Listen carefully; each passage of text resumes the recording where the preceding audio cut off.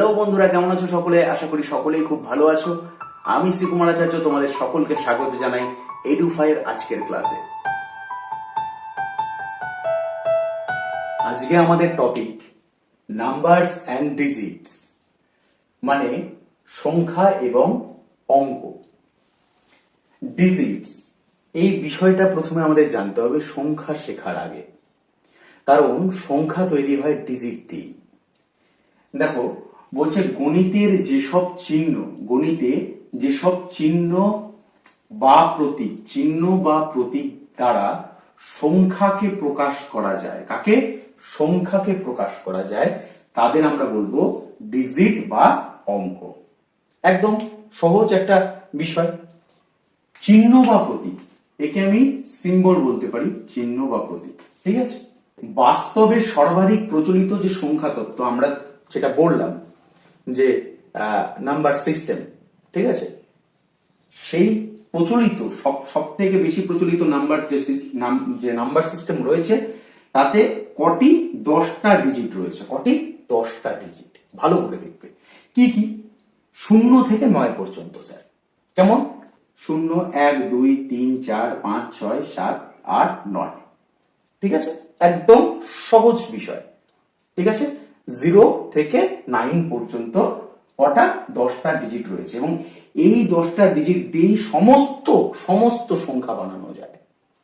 ঠিক আছে, এই যেমন মনে করো 425, এখানে একটা ডিজিট নিয়েছি, একটা ডিজিট 2 নিয়েছি, একটা ডিজিট 5 নিয়েছি।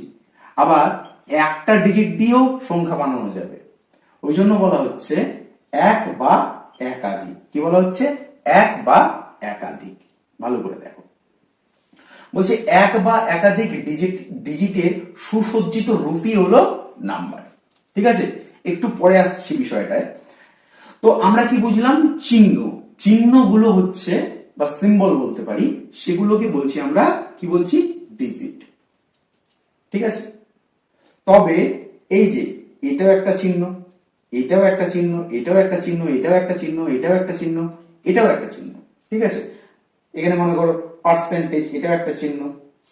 ঠিক আছে, এই প্রত্যেকটাই কিন্তু গাণিতিক চিহ্ন, তবে এগুলো ডিজিট নয়। এই জিনিসটা কিন্তু খুব বারবার পরীক্ষায় জিজ্ঞাসা করে, এটাও জিজ্ঞাসা করে। মানে আমি যা তোমাদের শেখাচ্ছি সেটাকে তোমরা যদি নোট আকারে রাখো, তাহলে আমি বলবো যে এই নোটটা থিওরি হিসেবে থাকছে, আর প্র্যাকটিস তো থাকছেই।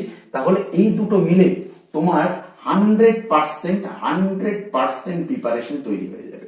100% প্রিপারেশন তৈরি হয়ে যাবে। কোনো চাপ নেওয়ার, চিন্তা করার কোনো কারণ নেই। একদম বেসিক থেকে শেখানো হচ্ছে, বেসিক থেকে বোঝো। ঠিক আছে, যেগুলো শেখানো হবে কোথাও শেখানো হবে না, যেগুলো এখানে শেখানো হবে কোথাও শেখানো হবে না। ভালো করে দেখতে। এবার বলছেন নাম্বার। ঠিক আছে, ডিজিট আমরা বুঝলাম। যদি তোমাদের কোনো সমস্যা থাকে তোমরা কমেন্ট বক্সে জানাতে পারো। ঠিক আছে, আমি অবশ্যই প্রত্যেকটা কমেন্টের উত্তর দেব।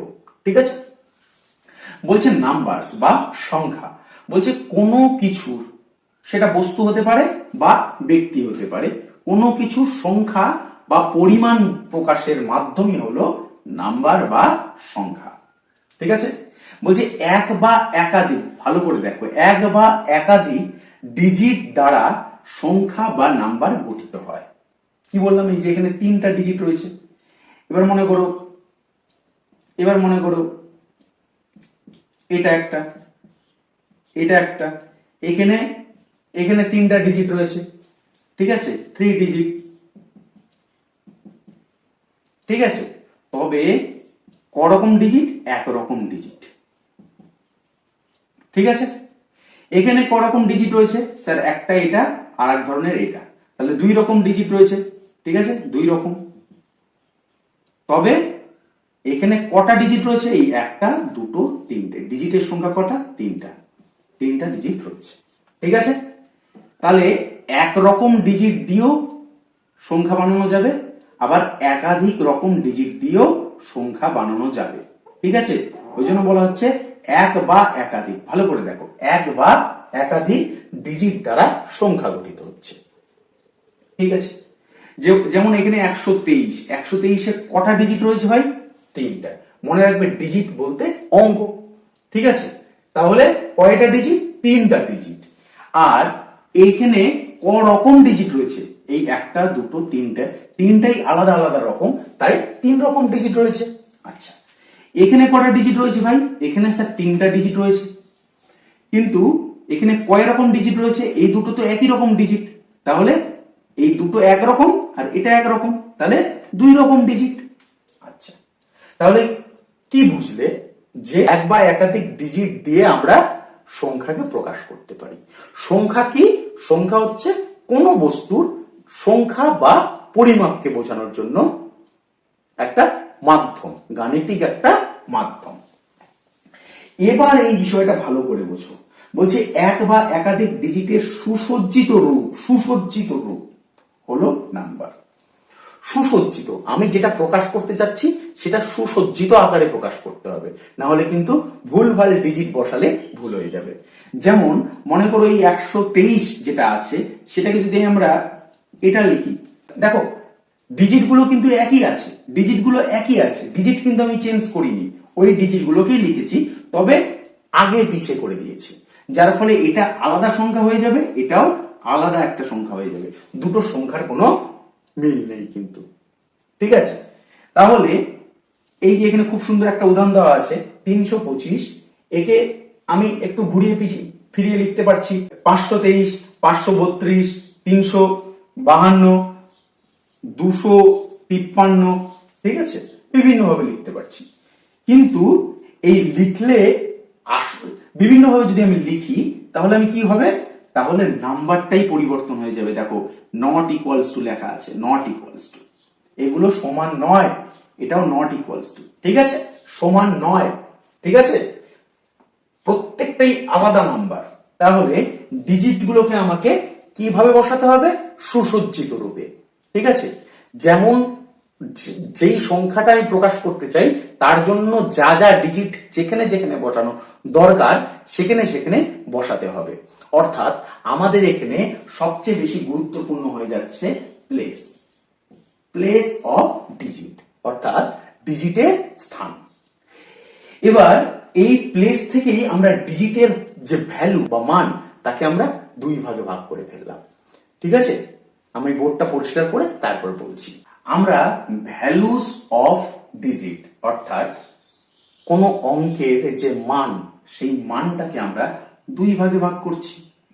কি বললাম আমরা? বুঝতে পারলাম এখানে প্লেসটা বা স্থানটা ম্যাটার করছে, কোন স্থানে সে বসে আছে, সেই জন্য 2 রকম। একটা, সে কোন স্থানে বসে আছে সেই হিসেবে প্লেস ভ্যালু বা স্থানীয় মান, বাংলায় বলে স্থানীয় মান, ঠিক আছে?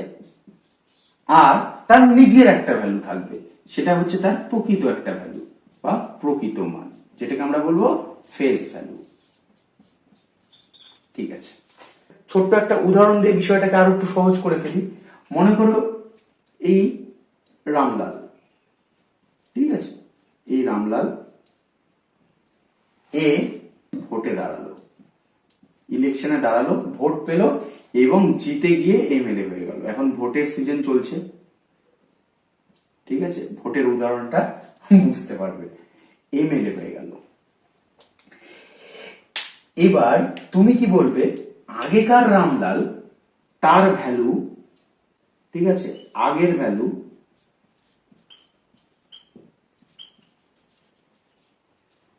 এখনকার ভ্যালু,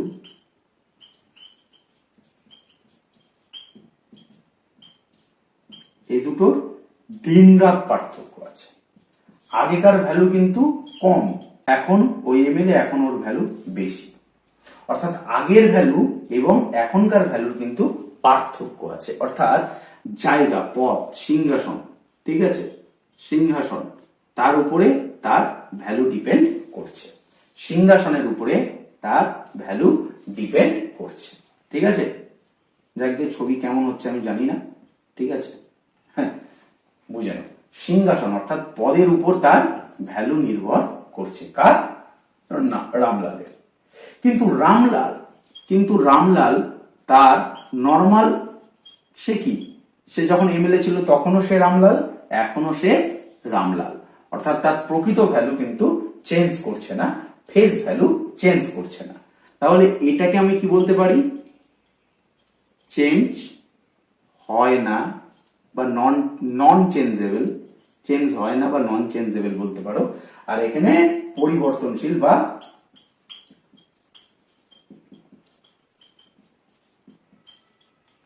চেঞ্জেবল, আর এটাকে পরিবর্তন লিখে দাও, অপরিবর্তনশীল। ঠিক আছে, ভাষা একটু না হলে খারাপ লাগবে শুনতে। অপরিবর্তনশীল, কেমন শিল? অপরিবর্তনশীল।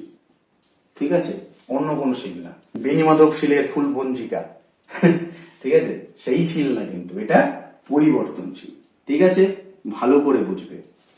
প্রকৃত মান, রামলালের প্রকৃত মান সে কিন্তু পরিবর্তন হচ্ছে না, কিন্তু তার স্থানীয় মান যখন যে চেয়ারে আছে তখন সে এমএলএ, তার ভ্যালু কিন্তু আলাদা। ভোটের আগে যখন এমএলএ ছিল না তখন তার ভ্যালু আলাদা, এবং পরের ভোটে যদি সে হেরে যায়, এমএলএ না থাকে, তখন আবার তার ভ্যালু আলাদা হয়ে যাবে। তাহলে আমরা এটাকে বলতে পারি যে প্লেস ভ্যালু সেটা ডিপেন্ড করছে কার উপরে? প্লেসের উপরে। ঠিক আছে, প্লেসের উপরে, তার স্থানের উপরে ডিপেন্ড করছে। আর এটা পরিবর্তনশীল মানে চেঞ্জেবল। ফেস ভ্যালু সেটা কখনোই ডিপেন্ড করছে না প্লেসের উপরে, সেটা একদম যেটা আছে সেটাই, যে কোনো প্লেসে বসুক সে সেটাই। ঠিক আছে, সে আজকে সে রামলাল এমএলএ হোক বা ভোটে হেরে যাক, কিন্তু সে রামলালই থাকবে। রামলাল থেকে তো আর চেঞ্জ হচ্ছে না। তার ভ্যালু চেঞ্জ হতে পারে অন্যরকম, তার ক্ষমতা চেঞ্জ হতে পারে, পাওয়ার চেঞ্জ হতে পারে, বাট রামলাল তো রামলালই থাকলো না। রামলাল তো আর কালকে শ্যামলাল হয়ে গেল না, তাই না? তাহলে ডিপেন্ড করছে না কিসের উপরে? প্লেসের উপরে। কি? Face value. আচ্ছা, আর একটা কি? এটা নট চেঞ্জেবল, পরিবর্তন হচ্ছে না, তাই তো? তাহলে এই বিষয়টা একটু মনে রাখবে। How to find place value of a digit.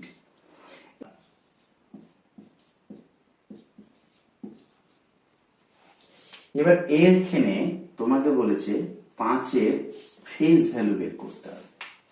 মনে রাখবে 5-এর ফেস ভ্যালু সবসময় 5।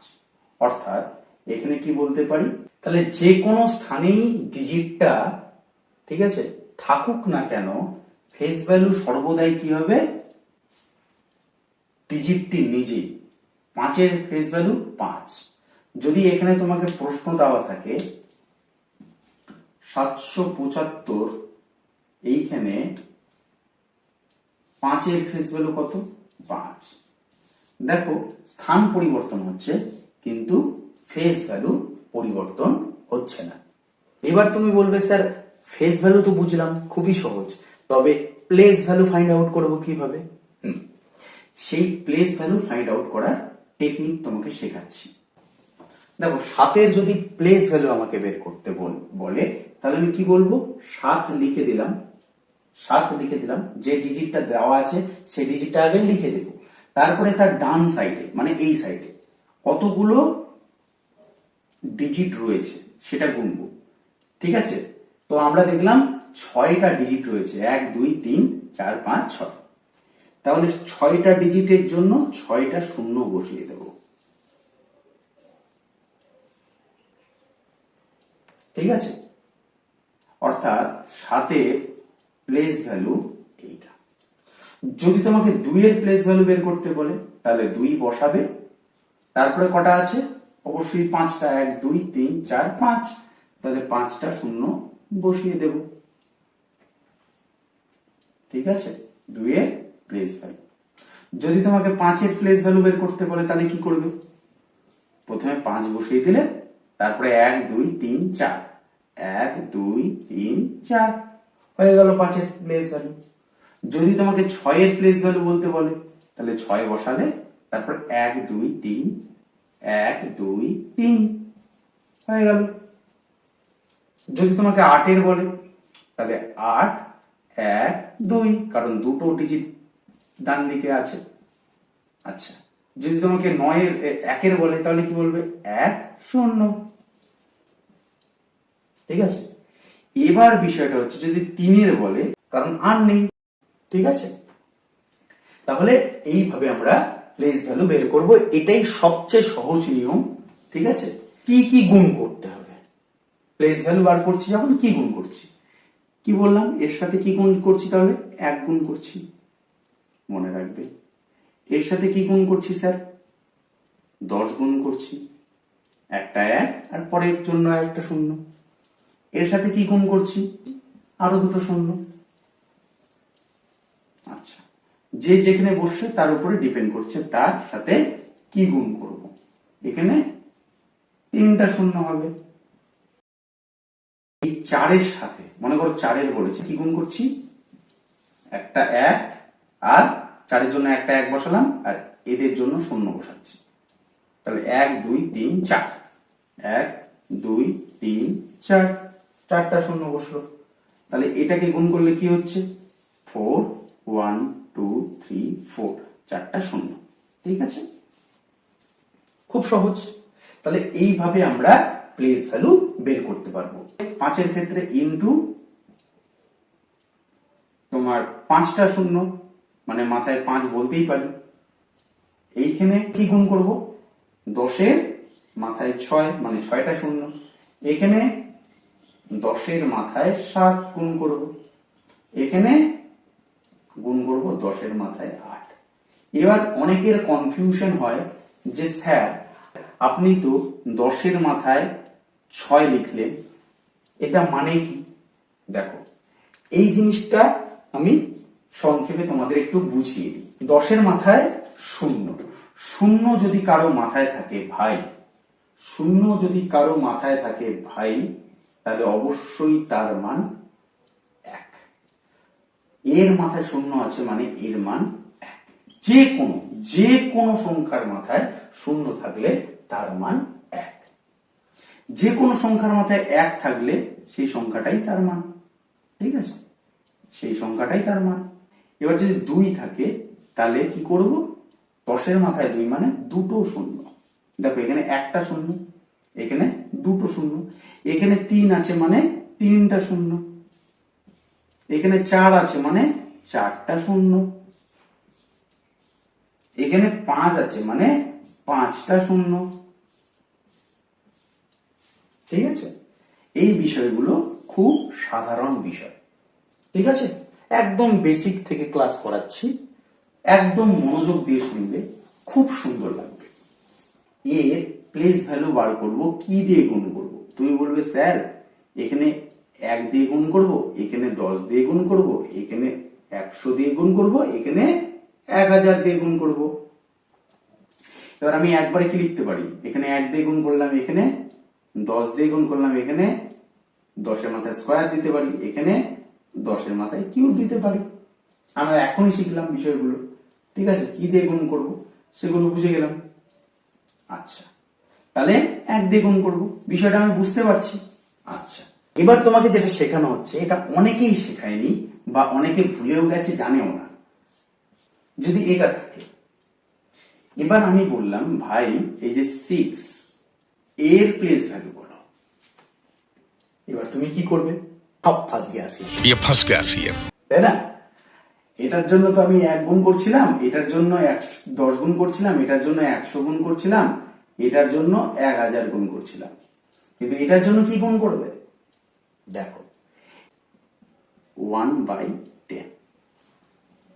এটার জন্য আমরা গুণ করব 1/100। ওয়াও, ঠিক আছে।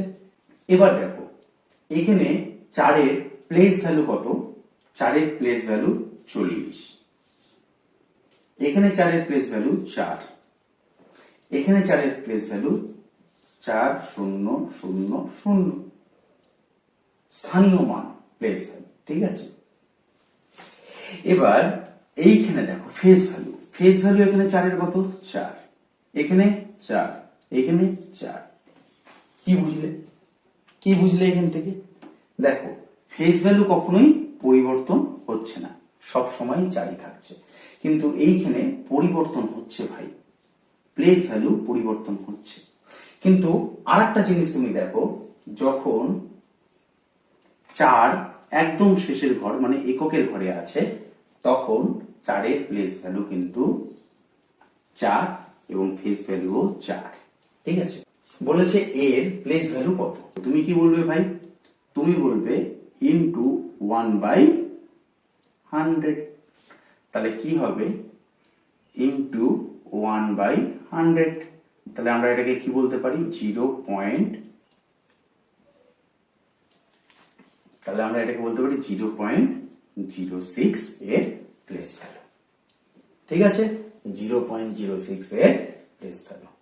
আচ্ছা, খুব সহজ সহজ বিষয়, তবে এই বিষয়গুলো থেকেই কিন্তু বারবার বিভিন্ন প্রশ্ন জিজ্ঞেস করে। ডিজিট কতগুলো রয়েছে? 10টা রয়েছে স্যার। 0, 1, 2, 3, 4, 5, 6, 7, 8, 9 পর্যন্ত 10টা। ঠিক আছে, এবার যদি তোমাকে আমি বলি যে বলো তো সবচেয়ে সবচেয়ে বড় ডিজিট কোনটা, তুমি একদম চোখ বন্ধ করে বলবে স্যার 9।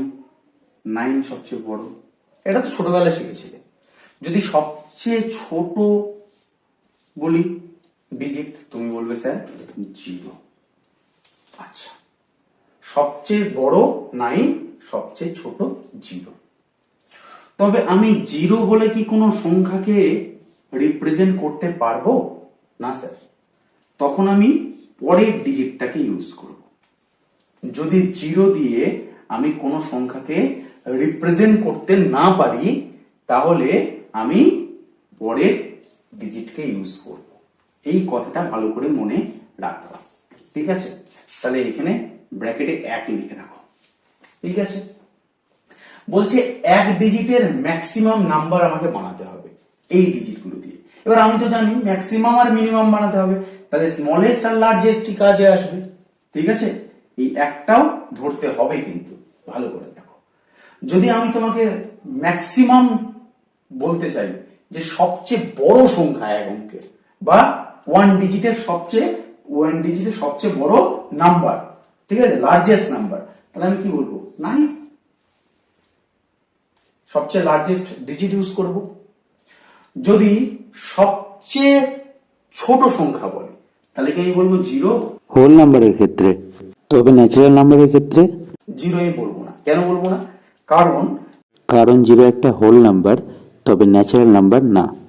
ঠিক আছে, তাই আমরা দুটোই বলতে পারি 0 এবং 1। ঠিক আছে। এবার যদি 2টা ডিজিটের সবচেয়ে বড় সংখ্যা বানাতে বলে, আমি কি বলবো স্যার 9।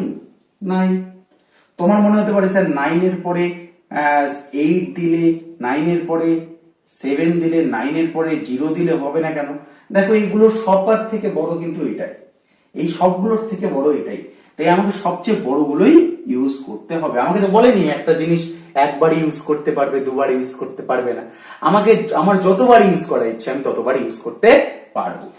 এবার 2 ডিজিটের যদি সবচেয়ে ছোট সংখ্যা বানাতে হয়, তাহলে আমি 0, 1 বলতে পারতাম, স্যার এটা সবচেয়ে ছোট 0, 0 বলে দেন সবচেয়ে ছোট। না, 0 আমি বলতে পারবো না, কারণ 0 মানে আলটিমেট জিরো,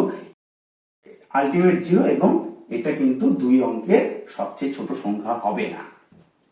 তো তোমার মনে হতে পারে স্যার 0, 1 বলবো। 0, 1 মানেও আলটিমেট কি 1, তাই এটা 1 অঙ্কের হয়ে যাচ্ছে। তাহলে আমাকে 2 অঙ্কের বানাতে হবে, তাহলে আমি কি বলবো?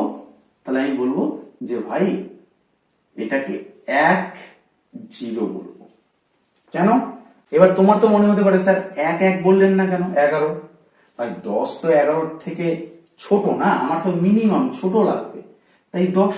ঠিক আছে, এবার 0, 9 দিতে পারবো না ভাই, 0, 9 দিতে পারবো না, কারণ 0, 9 এর থেকে ছোট হলেও 0, 9 মানে অ্যাকচুয়ালি 9, এবং এটা 1 অঙ্কের হয়ে যাচ্ছে। ঠিক আছে, আমার 2 অঙ্কের লাগবে বা 2 ডিজিটের নাম্বার লাগবে। এবার 3 ডিজিটের নাম্বার, 3টা 9 বসিয়ে দেবো। এগুলো ছোটবেলা পড়েছো, বাট এইভাবে কনসেপ্টটা বোঝোনি। এবার 3 ডিজিটের সবচেয়ে ছোট সংখ্যা যদি বলি তোমাকে, তাহলে তুমি কি বলবে? স্যার 1, 0, 0। বোঝালাম কেন এরকম হচ্ছে। এখানে 4 ডিজিট মানে 9, 9, 9, 9। এখানে 4 ডিজিটের একটা 1, 3টা 0। আচ্ছা, তাহলে বিষয়টা তুমি একদম বুঝতে পারছো, খুব সহজ। তাহলে তোমাকে যদি আমি এবার জিজ্ঞেস করি লার্জেস্ট নাম্বার বলতে হবে, কি বলবে বলো?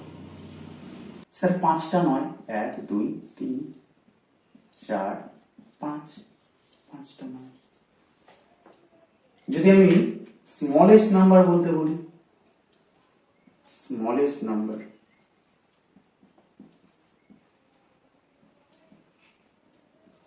কিসে? 5 ডিজিটেই মনে করো। আচ্ছা 7 ডিজিটের, 7 ডিজিটের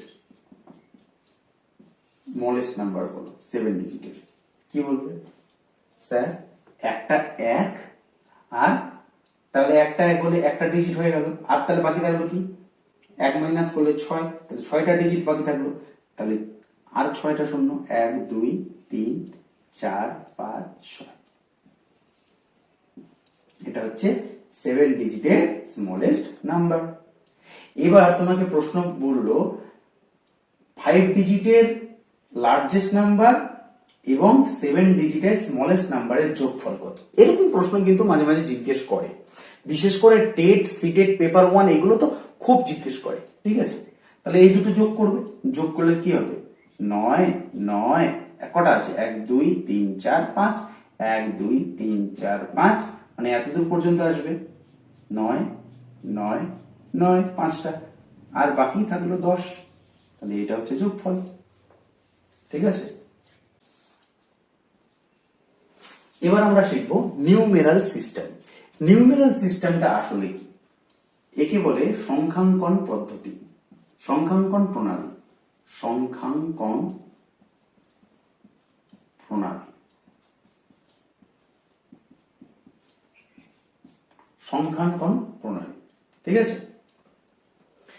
এটা অ্যাকচুয়ালি কি? এটা অ্যাকচুয়ালি আমি বলতে পারি express in word, express in word. কি এক্সপ্রেস করব? নাম্বার এক্সপ্রেস করব স্যার, নাম্বারকে এক্সপ্রেস করব কিসে? ওয়ার্ডে, মানে কথায় বলাটাকে আমরা বলবো নিউমেরাল সিস্টেম, ঠিক আছে? কোন সংখ্যা, যেমন মনে করো এটাকে কি বলবে? এটাকে তুমি কি বলবে? 123। যেমন মনে করো তোমাকে যদি এটা দেওয়া থাকতো, তাহলে তুমি এটাকে বাংলায় কি বলতে? স্যার 470, 470, 470, তাই তো? তাহলে এই যে 470 বললে, এবং আমরা এটা কি বলছি? 470 পড়ছি, তাহলে এই যে বলা বা পড়ার যে একটা, এটাকে কি বললে? এটাকে বললে 4 স্যার। তাহলে এই যে ইংরেজিতে বললে 4, ঠিক আছে? এটাকে বললে 470, ঠিক আছে? এই সবগুলোই হচ্ছে নিউমেরাল সিস্টেম, ঠিক আছে? কোন নাম্বারকে ডিজিট গুলো দিয়ে নাম্বার তৈরি হচ্ছে, এবং সেটাকে আমরা পড়ছি কিভাবে, যেভাবে বলছি, যেভাবে পড়ছি, যেভাবে বোঝাচ্ছি, সেটাই হচ্ছে নিউমেরাল সিস্টেম। খুব ইম্পর্টেন্ট জিনিস। এই নিউমেরাল সিস্টেম দুই প্রকারের হয়। একটা হচ্ছে তোমার হিন্দু অ্যারাবিক,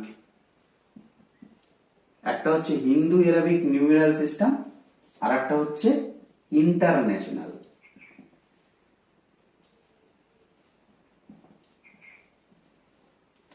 একটা হিন্দু অ্যারাবিক নিউমেরাল সিস্টেম, আর একটা হচ্ছে ইন্টারন্যাশনাল নিউমেরাল সিস্টেম। এই হিন্দু অ্যারাবিক নিউমেরাল সিস্টেম কি বলা হয়?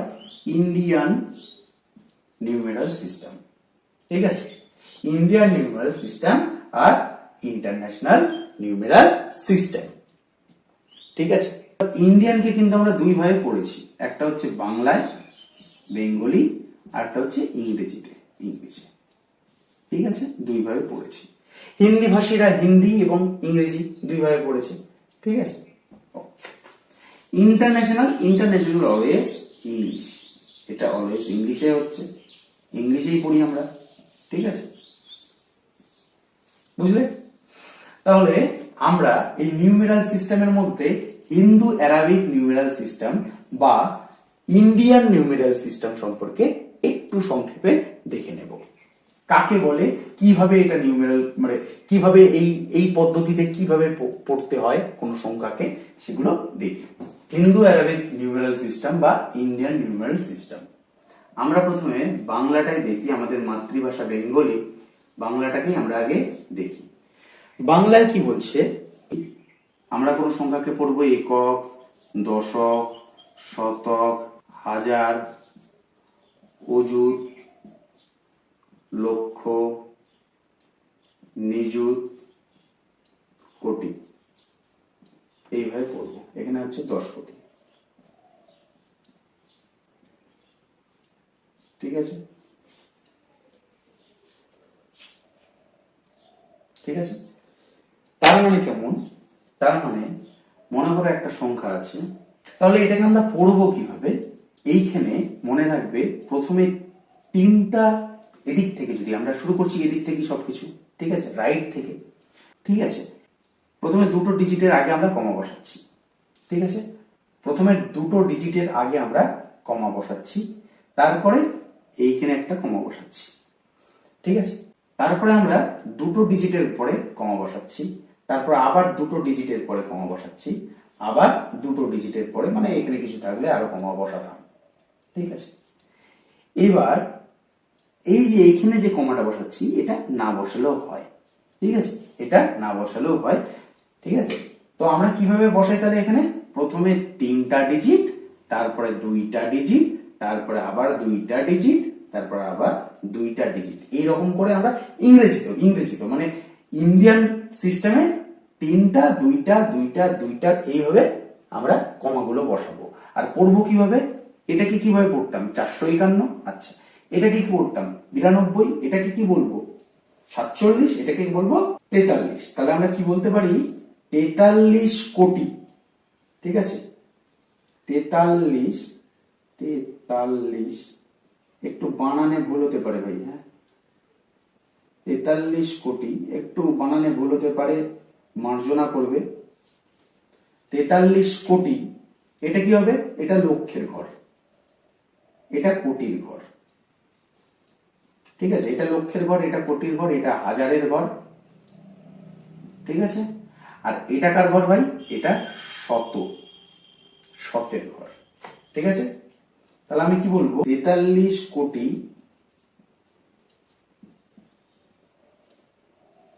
47 লক্ষ, এটা তোমরা বানান করেও লিখতে পারো, আলাদা বিষয়। 92,400, ঠিক আছে, একবারে এই করে লিখতে পারো যে 451, ঠিক আছে, 51। তোমরা এগুলোকে 92 বাংলায় বানান করে লিখতে পারো, ঠিক আছে। তাহলে আমরা এইভাবে একটা সংখ্যা আমরা বাংলায় পড়ব। মনে রাখবে প্রথমে তিনটা ঘরের পরে কমা হবে, তারপরে দুটো ঘর, তারপরে দুটো ঘর, তারপরে দুটো ঘর, এইভাবে চলবে। আমরা যদি এটা ইংরেজিতে পড়তাম তাহলে আমরা কিভাবে পড়তাম? বাংলা যখন আমরা এটা করছিলাম এতখানি প্রথমে, ঠিক আছে, এইভাবে করছিলাম,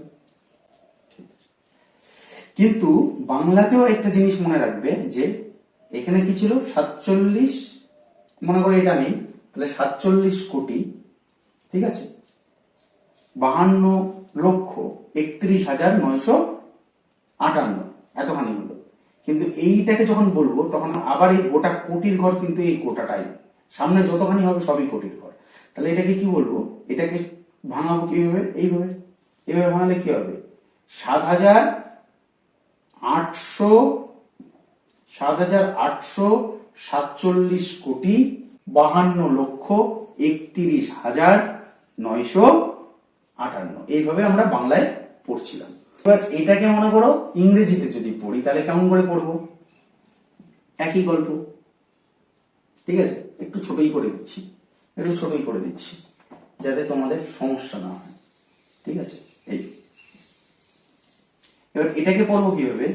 1, একক দশক লিখছিলাম, এখানে হবে 1, তারপর হবে 10, তারপর হবে 100, তারপর হবে 1000, তারপরে কি হবে?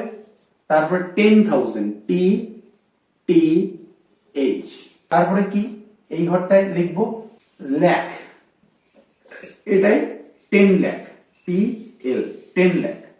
এটাকে কি বলবো ক্রোর, একে বলবো 10 কারোর।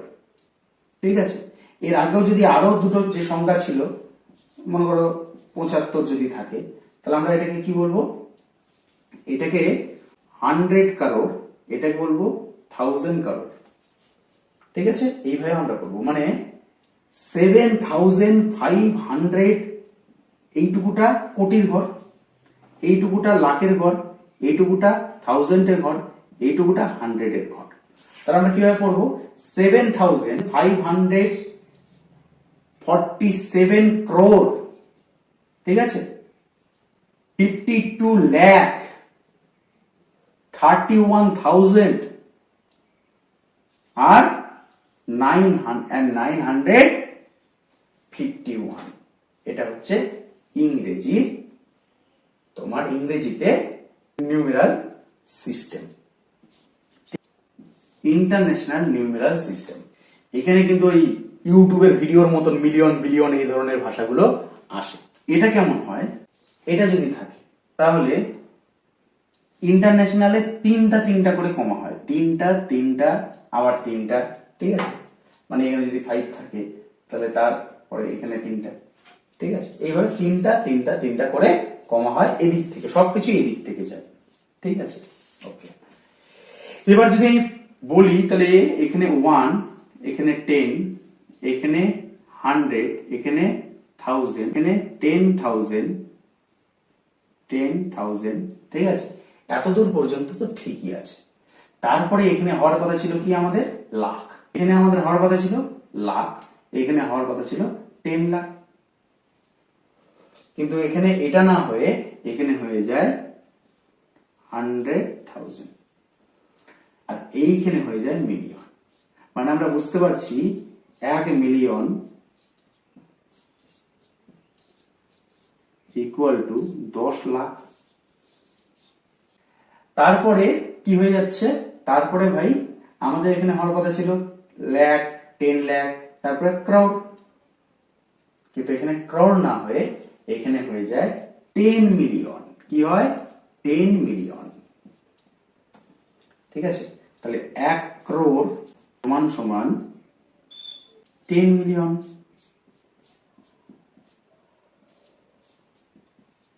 এবার 100 মিলিয়ন, এটা হচ্ছে 100 মিলিয়ন।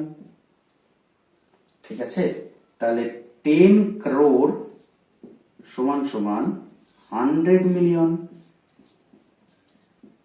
এই প্রশ্নগুলো কিন্তু খুব দেয় পরীক্ষায়, এই প্রশ্নগুলো খুব দেয়। এবার মনে করো আরো আমি বাড়িয়ে দিলাম। ঠিক আছে, তাহলে কি হবে, এখানে তারপর হওয়ার কথা 100 মিলিয়ন 1000 মিলিয়ন, কিন্তু 1000 মিলিয়নটাকে আমরা বলি বিলিয়ন। তাহলে 1 বিলিয়ন ইকুয়াল টু কত 1000 মিলিয়ন।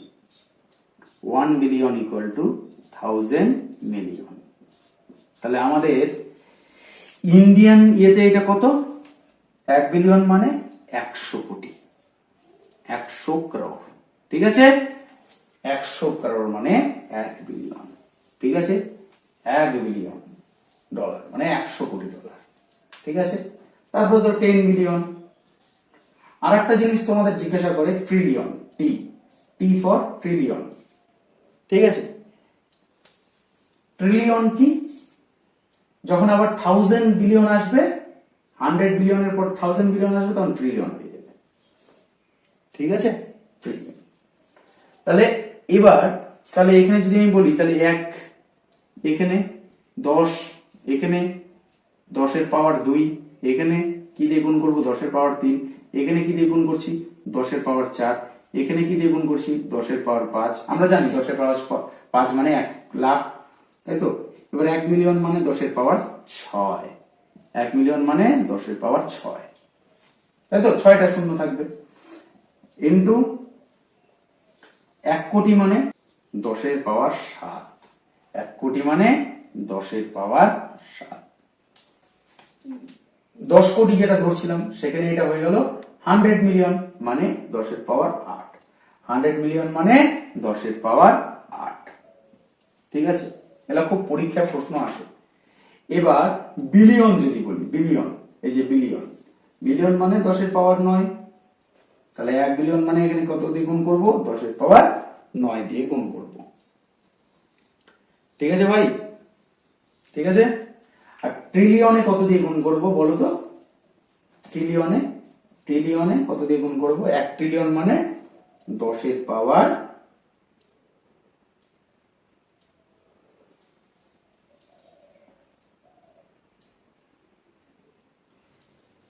2টো জিনিস মাথায় রাখবে। প্রথমটি হলো যে কোনো সংখ্যায় এককের ঘরে থাকা ডিজিটের প্লেস ভ্যালু এবং ফেস ভ্যালু সমান হয়। যেমন ধরো একটা সংখ্যা নিয়ে নিয়েছি 72,965। এখানে এককের ঘরে বা ওয়ান্স প্লেসে রয়েছে কি 5। এই 5 এর ফেস ভ্যালু বা প্রকৃত মান কত? আমরা জানি যে কোনো ডিজিটের ফেস ভ্যালু বা প্রকৃত মান সে নিজেই। তাহলে 5-এরও প্রকৃত মান বা ফেস ভ্যালু আমি বলতে পারি 5, তাই তো? আর 5-এর স্থানীয় মান বা প্লেস ভ্যালু আমরা কীভাবে বের করব? 5টা রয়েছে কোথায়? এককের ঘরে, তাই এর সাথে 1 গুণ করব, তাই না? তাহলে 5 ইন্টু 1 ইকুয়ালস টু 5। তাহলে এখানে 5-এর স্থানীয় মান 5। তাহলে এটা বুঝতে পারলে যে যে কোনো সংখ্যায় এককের ঘরে থাকা ডিজিটের প্লেস ভ্যালু এবং ফেস ভ্যালু সমান হয়। এবার আসবো আমরা 2 নম্বরে। 2 নম্বর যে বিষয়টা মনে রাখতে হবে সেটা হচ্ছে যে কোনো সংখ্যায় 0 বা 0 সেটা একমাত্র ডিজিট যার প্লেস ভ্যালু ও ফেস ভ্যালু সর্বদাই সমান। কারণ 0-র ফেস ভ্যালু বা প্রকৃত মান তো 0ই। আর স্থানীয় মান বা প্লেস ভ্যালু বের করবার জন্য যে কোনো সংখ্যায় 0 কোন স্থানে রয়েছে তার উপরে ডিপেন্ড করবে। এককের ঘরে, দশকের ঘরে, যারই ঘরে থাকুক না কেন 0-র সাথে আমাকে কিছু গুণ করতে হবে। আর আমরা জানি 0-র সাথে যে কোনো কিছু, যে কোনো বড় নাম্বার, যত বড়ই সংখ্যা থাকুক না কেন তাকে গুণ করলে আলটিমেট আমরা গুণফল 0ই পাবো। এখানে তাই আমি বলে দিচ্ছি, দেখো 0 ইন্টু এ ইকুয়ালস টু 0, যেখানে এ একটি অখণ্ড সংখ্যা। এই অখণ্ড সংখ্যা, স্বাভাবিক সংখ্যা, পূর্ণ সংখ্যা, এই সমস্ত বিষয়ে আমরা পরের ক্লাসে জানব। তাহলে 0-র আমরা প্লেস ভ্যালু বা স্থানীয় মান কত পেলাম? 0। সেই 0 কোনো সংখ্যায় যে কোনো স্থানেই বসুক না কেন তার প্লেস ভ্যালু অলওয়েজ 0।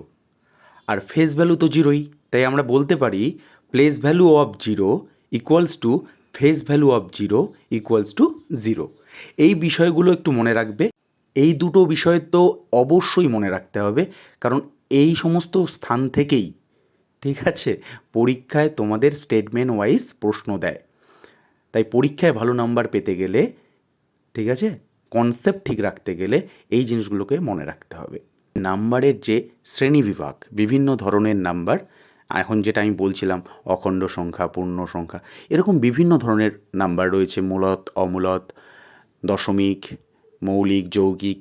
এই সমস্ত বিষয়ে আমরা এর পরের দিন, ঠিক আছে, এর পরের যে ক্লাস থাকছে ইউটিউবে সেখানে আমরা দেব।